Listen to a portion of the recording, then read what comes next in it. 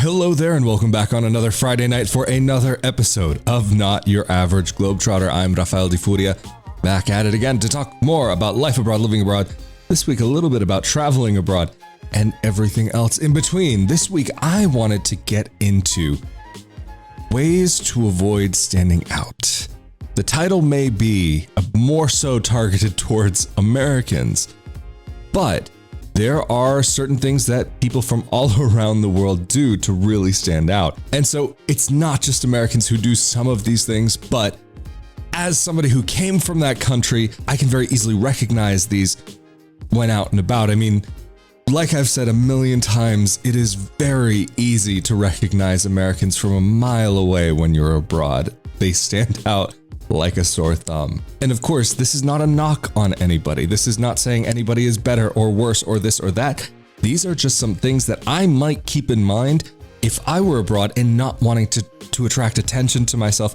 But also, there will be some things to keep in mind as well, because there are some cultural differences that can help your interactions from day to day. So it's not just about not standing out, but it's also about navigating things when you are living abroad or traveling abroad. And one of the reasons why I want to do this episode is because I do feel as though that it is important to not stand out so much while you are abroad.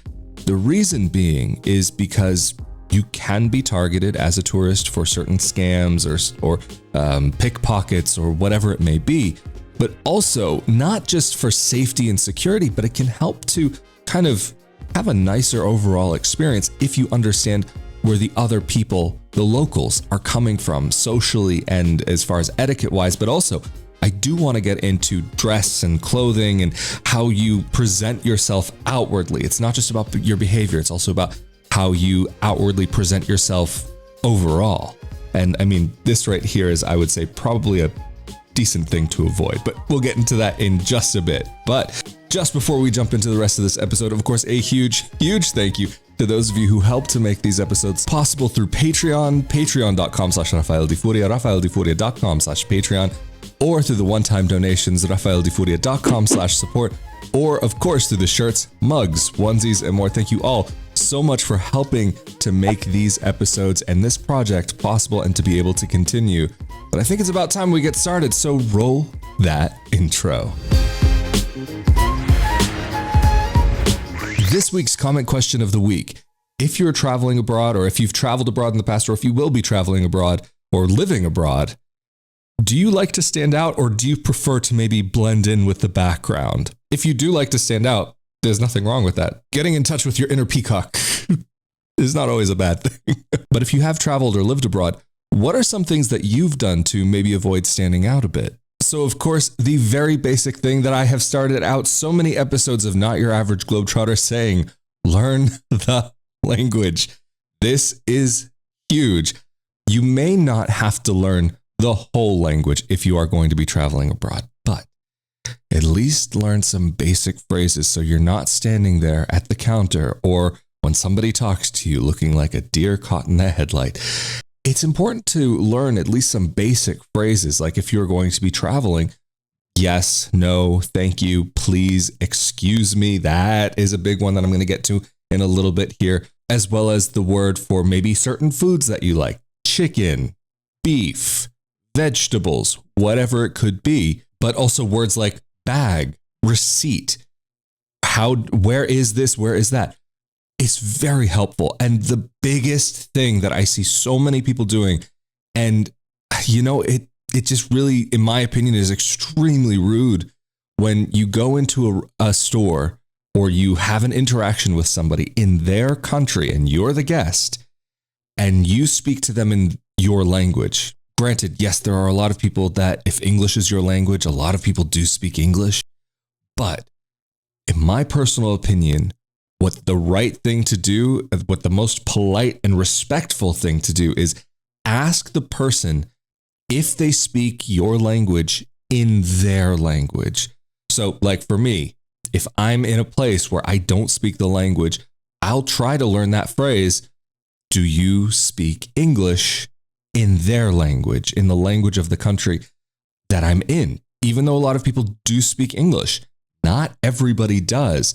And you will have situations where you will come across individuals when traveling abroad who may not speak English. And some people in that type of situation can feel a little awkward. So in that case, it can actually help smooth out things a little bit, to be a little bit more friendly in that way. But talking about being friendly, this is huge. Americans have this tendency to really be super extra friendly. Hey, how you doing? Treating everybody like your friend. And even like, for example, if you go to a restaurant, the interaction that you might have with a waiter or waitress could be completely different than what you might have in the US versus somewhere else. I mean, I remember plenty of times going to restaurants back in the States, and the waiter or waitress, the server would be there like trying to be friendly, having a conversation, like we're good buddies or whatever. You'll notice in other parts of the world that friendly attitude it's not that it doesn't exist. It's just expressed in a completely different way. And that's really important to consider, like etiquette. And the thing is, it's not that there's this social barrier because the person is cold and doesn't want to know you and this and that and the other. Granted, that could very well exist in some places and with some individuals. However, that social barrier kind of exists out of respect to you as the customer, not because, oh, we think we're better or we think we're this or you're that. It's out of respect for you. I mean, even here in Portugal, I can say there is a phrase that you will hear very often that basically translates to excuse me. But the way that they use it, because there's pretty much two ways to say excuse me in Portuguese, but each one has kind of a different time and place that you would use it. Say you go to a restaurant here in Portugal. When the server comes to the table, they will say con licença, with license, excuse me. But that is whether they are interrupting you or they're not interrupting you, if everything's quiet. If they're approaching the table, they will come and they will use this phrase. But it's not just when they're making the approach to your table. It's also when leaving the table that many will also use the same phrase. And it's not just like when you're at a restaurant. Even yesterday, I was actually at a hardware store here in Braga. I was getting help from one of the sales assistants there. And when the interaction was over, the individual said con licença, and as they were going away, as they left. So there's a lot more, especially also when you consider greetings. Like I said before, you don't just walk into a store and say, hi, how you doing? How's it going? Just to even ask somebody, how are you doing? In a lot of countries, and especially outside of the English-speaking world, hi, how are you? Is something that you would say to somebody that, well, depending on where you are, either your close friend or maybe your family member or somebody that you have a friendly kind of relationship with, that maybe you're not friends, but that you have a familiarity with each other. But even how you ask the question, because even in Italy, there were interactions where come stai, how are you, would be the norm kind of between us. Whereas with other interactions, tutto a posto, is everything all right? Everything going cool? And it's kind of like how in the States, like you might think to say, hey, how's it going? And the normal response is good. How are you? It's not like that at all. If you ask somebody, hey, how are you doing? Well, you know, my life is this, my husband, my wife, my mother, my father, my son, my daughter, this is happening. Oh, you wouldn't believe when I went down to the store and this happened and that. Like, people will start telling you their life stories. And even I've met Italians who were in the States and they said, why is everybody asking me, how am I doing? Like, when I first got here, I didn't know they actually didn't care, because even though we say it, it's part of a kind of normal greeting. Like, hey, how's it going? Good. How are you? It doesn't go beyond that. You don't tell the person your life story. You don't tell what's actually going on. Like, you enter into a store. This doesn't happen. You only go as far as good and you, pretty much. But even there are sometimes, even here in Portugal, for example, that the way that it translates culturally is a little funny. I don't remember if I mentioned this in the last episode or not. I may have cut it out. Anyway, it's going in this episode. I recently had to deal with some banking stuff on the phone, and the first couple of times I just did everything in Portuguese. And then I realized, oh, there's an English option. So I went through the English option. In the Portuguese customer service, just kind of a normal interaction. Nobody asked, hi, how are you doing? How's your day going? What's up? And all that stuff. It was just kind of like, hi, how can I help you? That kind of service. But then when I switched over to the English speaking customer service line, this didn't happen on just like one occasion. It was like every time there was an interruption of the conversation. That's what it kind of felt like. Oh, may I ask, how are you doing today? Like, okay, cool. Like, we don't know each other like that. After living abroad 13 years, I can say there's certain things and certain social barriers that I've gotten accustomed to. It's like, why are you asking me this question? We don't even know each other. But there was that kind of like social cultural difference that was missed. Whereas in the States, yes, that question may be asked, but there's not necessarily the intention behind it, if you get what I mean. In a little bit, I do want to get into kind of about how people dress and so on. Some of the other social norms that kind of may help you to stand out a little bit less. Greetings, time-sensitive salutations. It is very important to consider what time of day it is. It is very normal to have the greeting, good morning, good day, good afternoon, good evening, depending on what country and what language you're speaking. I mean, formality is something, especially when you're in Europe, there's a level of formality that is expected in Europe that we don't necessarily have back in the States. And again, it's not out of being cold or being mean or being rude. It's out of respect. Okay, granted, maybe there are some people who could be rude. I'm definitely generalizing here. These are just things from my experience, as well as having spoken with other expats over the years, what they've noticed, as well as what the locals have noticed, like some of the cultural differences and people who've been in different countries. Some of these things really do make a difference. Like, again, you don't walk into a store and say, hey, how's it going? How are you? No, it's like, hello, good day, good morning, good afternoon. Maybe like if in German, like maybe you're in some parts of the South or maybe in Austria, maybe you'll hear the saying, Grüß Gott, like God's greetings be upon you or something like that. But very often in a lot of the continent, you will hear the good mornings, good afternoons, good evenings. But then even you have to kind of understand what is considered the afternoon. Sometimes that afternoon gets stretched out a little bit into the evening, and it depends on the language. Also referring to a person that you're familiar with or that you don't know. If you're just friends, of course, you'll use each other's first names, but in a setting where maybe, again, you're in a shop or in a situation where you don't know the other person, using sir or madam is actually very common in a lot of these European languages and the culture and the customs. So you need to know. And I can say even like in Portugal, Spain, Italy, these are very much considered like when you're going into a store, and to use these different words like signore, signora, signor. But in Portuguese, even they take it to another kind of step above. Here, at least in Portugal, they will say o senhor or a senhora. Even when speaking directly to you, instead of using the word for you, você, they will say o senhor or a senhora. So that can be a little bit of a mentality switch that you might want to just be accustomed to, that you will have those interactions. And so you don't just say hola when you're in Portugal to maybe somebody who you don't know. Or even when you're in Italy, saying ciao. You don't walk into a store and say, ciao, come stai? I know I'm repeating myself just in another language. But again, you will walk into a store and say, buongiorno, buonasera, bon whatever. Something that is appropriate for the moment. And that is just, again, done out of respect. In Portugal, bon dia, boa tarde, boa noite. In Spain, buenos dias, buenas tardes, buenas noches. Or in Germany, guten Tag, guten Abend, guten Nacht. You will use these different time-sensitive salutations. I want to get back into behaviors in just a second, but just to kind of talk about clothing quickly. A baseball cap.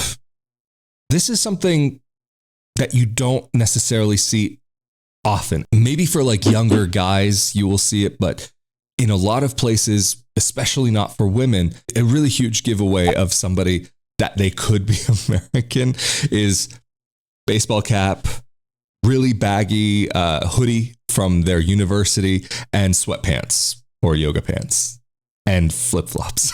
That is a complete giveaway that the person just may be American. The other thing is, like I said in last week's episode, sometimes in some places, people don't wear necessarily super bright colors like bright oranges and greens and purples and pinks and whatever.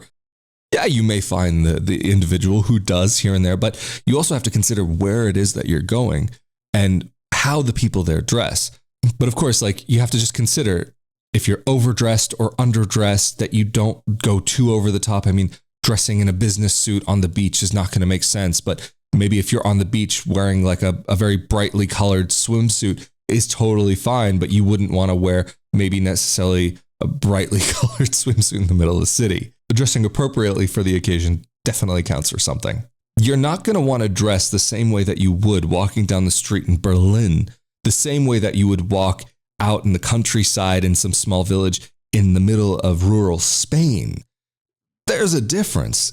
Or even rural Portugal, or even within Portugal itself. You don't want to dress the same way that you would be going to the beach down in the Algarve, down in the south, like in the middle of Lisbon or Porto, like in the middle of a city, or even Braga. You don't want to dress like that because you will stand out. I mean, even a couple of days ago, I had a very odd experience. There was one guy that was walking down the streets. I'm almost sure he was a Scottish tourist, and he was walking around in short shorts. The reason why I think he's Scottish is because recently here in Braga, if you've been following UEFA, there was a game between a local team and a Scottish team, and a lot of tourists who came in to go and see that game.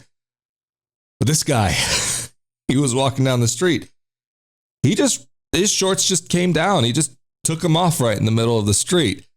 And not only was the action of taking your pants off in the middle of the sidewalk, in the middle of a city, a bit inappropriate, the way that he was dressed did actually make him stand out a lot because he was wearing short shorts and a t-shirt.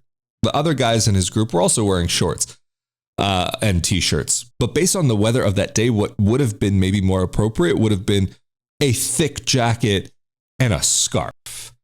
So those are just some things that you do want to take into consideration, that maybe you're taking some of these social cues in mind so that you don't stand out, so that you don't attract attention to yourself, so that maybe you don't attract the attention of individuals who are looking for tourists or that are looking for people who may not know up from down or how to get around in that place where they are. I mean, even there are some parts of the world where you don't really want to wear anything flashy. Whether that's big jewelry, earrings, big watches, fancy watches, whatever that may be, or even like a bedazzled t-shirt or a bedazzled hat, or even in some places and even some upscale areas. I'm not going to go into specifics here, but just to keep in mind, and I'm not specifically talking about where I live or any of the places where I live, but there do exist places where you could be walking, and if you have a shirt that says Nike or some Adidas shoes, they could be taken off of you in the middle of the day.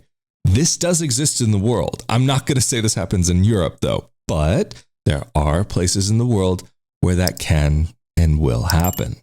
So, do you want to be walking around shirtless and shoeless? And please also don't think that by my saying this is going to happen to you if you go abroad. Hell, if there are places in the States where the same thing could happen to you. But really, it's just important to be cognizant of your surroundings and what's around you. And when you can fit in a little bit more and be able to blend in, it really, again, is one of those things that, in my opinion, really helps to have a much better situation and fun time overall. Granted, of course, you can break some of these rules. I mean, wearing a baseball cap, even though it's not the norm and will make you stand out in many situations, especially if you have one inside. This is something I do all the time. I know it's rude. I know it's horrible to do, but I do leave my hat on inside. This is one thing that I have accepted that does make me stand out. But there are other things that I do to try to not stand out as much. And so in some cases, people may clock me as American, and most situations, people don't clock me as American until I open my mouth. Even then, there's a lot of people that guess that I'm Canadian for whatever reason that may be, or that English might be my second language. Although with how bad my grammar's gotten over the years, I'm not. They've got a good reason to think that English is not my first language. But again, being able to avoid wearing like super baggy, oversized clothing and things that are very classically American, like again, hoodies, especially with like your university on it, or again, or something that I hate to say this word because it could very easily be misunderstood, but frumpy. A lot of the clothing in Europe tends to be a little bit more fitted. Even granted, I'm wearing something that's definitely oversized right now, but that's because I'm working from home and I want something a bit comfortable, but that still is passable. That's something also to keep in consideration. But when I'm saying fitted, I'm not saying like skin tight. It has to work for your size and shape. And that will be different for each individual person. And I'm not saying that if you're going to travel or live abroad that you have to buy a whole new wardrobe, but just to be a little bit mindful that maybe people dress a little bit differently where you're coming from. Although this, I will say, might be a little bit more of a central and maybe a little bit more Western European thing, because when you get to central and northern, especially Germany, people can dress like they're from the northwest of the United States, and it can be hard to tell the difference sometimes. So it's always even not just American tourists that are easy to tell apart, but often German tourists. There's almost a uniform that I feel as though I've seen that it's very easy to pick out. Oh, that's a German tourist, American tourist, oh, British tourist. But even I've been told by women who have lived in the United States and also in Europe, or have traveled to Europe, something that they noticed immediately was the way that makeup was done here. They said it was a lot more subdued and a lot more natural looking, unless maybe like you're going and you're in some funky area of a city and you're really trying to stand out, or maybe you're going clubbing or something, then the heavy makeup might go on. Or England, just going to say that. Yes, I know I'm going to offend some people, but there are certain areas that may have a tendency to wear heavier makeup than others, and not a problem with that. It's just local societal norms. No problem with that at all. But talking about local societal norms, I think there's a few last final details just before finishing off that I would like to quickly address. Standing out is not just about the way you look and not just about the simple acts and things that you do in your behavior, but also some of the maybe larger, more loud actions that a person might take. One extreme example that I remember very clearly was I was walking in Merano in northern Italy, in the German-speaking area where I used to live, and there was a woman walking down the street, pushing a stroller. I was like, oh, that's so cute. A grandmother pushing the grandchild, and just on a nice walk on a little cool day. And this individual was looking at the carriage. Oh, hello, like all that kind of cutesy wootsy stuff. And so I was like, all right, that's great. And then of course, like you can't help but like just be curious and look over. And then all I'm going to say is there wasn't a baby in the carriage. There wasn't nothing in the carriage. There was a cat. There was a cat in the carriage getting the little coochie woochie woochies and all that. It was a hairless cat too. I mean, hey, everybody's got their thing, but like that's something that really makes a person stand out. The individual actually happened to be a German tourist in that case, but you have to keep in mind that maybe there are certain social norms, maybe there are certain things that you do that could be worth leaving at home. But another thing that is a huge giveaway, especially for American tourists, and sometimes in some cases, I would say also German and British tourists. But of course, it's not just these nationalities. There are many nationalities, and I would say maybe even Spanish, but especially Americans are probably at the top of the list for how loud that they can be when they're walking around or even sitting at a restaurant, like shouting at each other, like really talking very loud. Every once in a while, if I'm out with friends and we're just having a great time, like maybe I will a little bit if that's kind of the mood of the place or whatever it may be. But I do think it is very important to try to not speak as loud and to, because even like when you see people walking down the street, it's kind of interesting to notice based on the country that they're from. Like Americans tend to walk a little bit further away from each other and speak a little bit more loudly to one another, almost shouting at times when you're, especially tourists like walking around on the street. Again, a generalization, a very gross generalization here, but just some things to keep in mind, some ideas that people do have about Americans when they're traveling abroad so that you may be able to avoid these in the future when you are abroad yourself. But then people from other countries, especially European countries, walk a little bit closer together or sit a little bit closer and maybe not speak as loudly. And again, I'm just going to use the exact same example that I've been using throughout this whole video You don't want to walk into a store and say, hey, how's it going? How are you doing? If you're walking into a store, you'd say, hello, good afternoon, kind of in a more calm manner. You don't want to be the big, boisterous, out there, loud. Bring it in a little bit. Doesn't hurt. Also, it's not just about maybe trying to avoid speaking like loudly, like very loudly. Keep in mind what you're talking about. I can't tell you how many times I've been in places in different countries where I've heard English speakers complaining about the locals in English, thinking that nobody's going to understand them. And it's not just in English, and it's not just only Americans or Australians or British. There are people from all around the world in different languages. And so, yes, some of the different languages that I understand, I have heard people complaining about locals wherever they may be. But that is so not cool. I mean, even just the other night, I was out with some friends grabbing a meal, and at a table right behind, there were a group of Americans talking about, oh, the locals, they do, and like, that's just not cool. And there's been times like, for example, like I remember one specifically years ago, oh, the locals, they're so rude and blah. And again, this is getting into what I was talking about earlier about there are some things that may be rude where you come from, but in another part of the world are done out of a sign of respect. And it's just a cultural difference and a misunderstanding. But again, so kind of getting back to this situation, I was sitting at a cafe and there were these Americans there. And they were talking, oh, the locals, they're so rude and da. And just because they're at the next table to me, it wasn't hard to kind of lean over and say, oh, well, hey, you know, some of those rude locals may actually understand you. Faces went white. Everybody was silent for the rest of the time there. Paid my bill, got up and walked out. But no, really, I mean, especially if you are an English speaker and especially with how many people do speak English, and even if you find people that say they don't speak English, there are a lot of people who do still understand some. So always keep that in mind. I mean, because that is not cool. You're in a place as a guest and okay, you may not be happy about it, but you don't need to be out in public talking badly about people in front of them. That's not cool. But anyway, thank you so much for joining me again for this week's episode of Not Your Average Globetrotter. Of course, a huge thank you to those of you who help to make these episodes possible on a regular basis through Patreon on a monthly basis, rafaeldifuria.com/Patreon or patreon.com/rafaeldifuria. Thank you also very much for helping to make these episodes possible. And of course, a huge thank you to those of you who've helped out with the one-time donations, as well as with the purchases of the shirts, mugs, onesies, and more. It's all because of you guys that I am able to consider keeping this project going. So really, thank you all so very, very much. Of course, I'm Rafael Di Furia. Stay safe and healthy out there. And I will see you all next time for the next episode of Not Your Average Globetrotter. Later.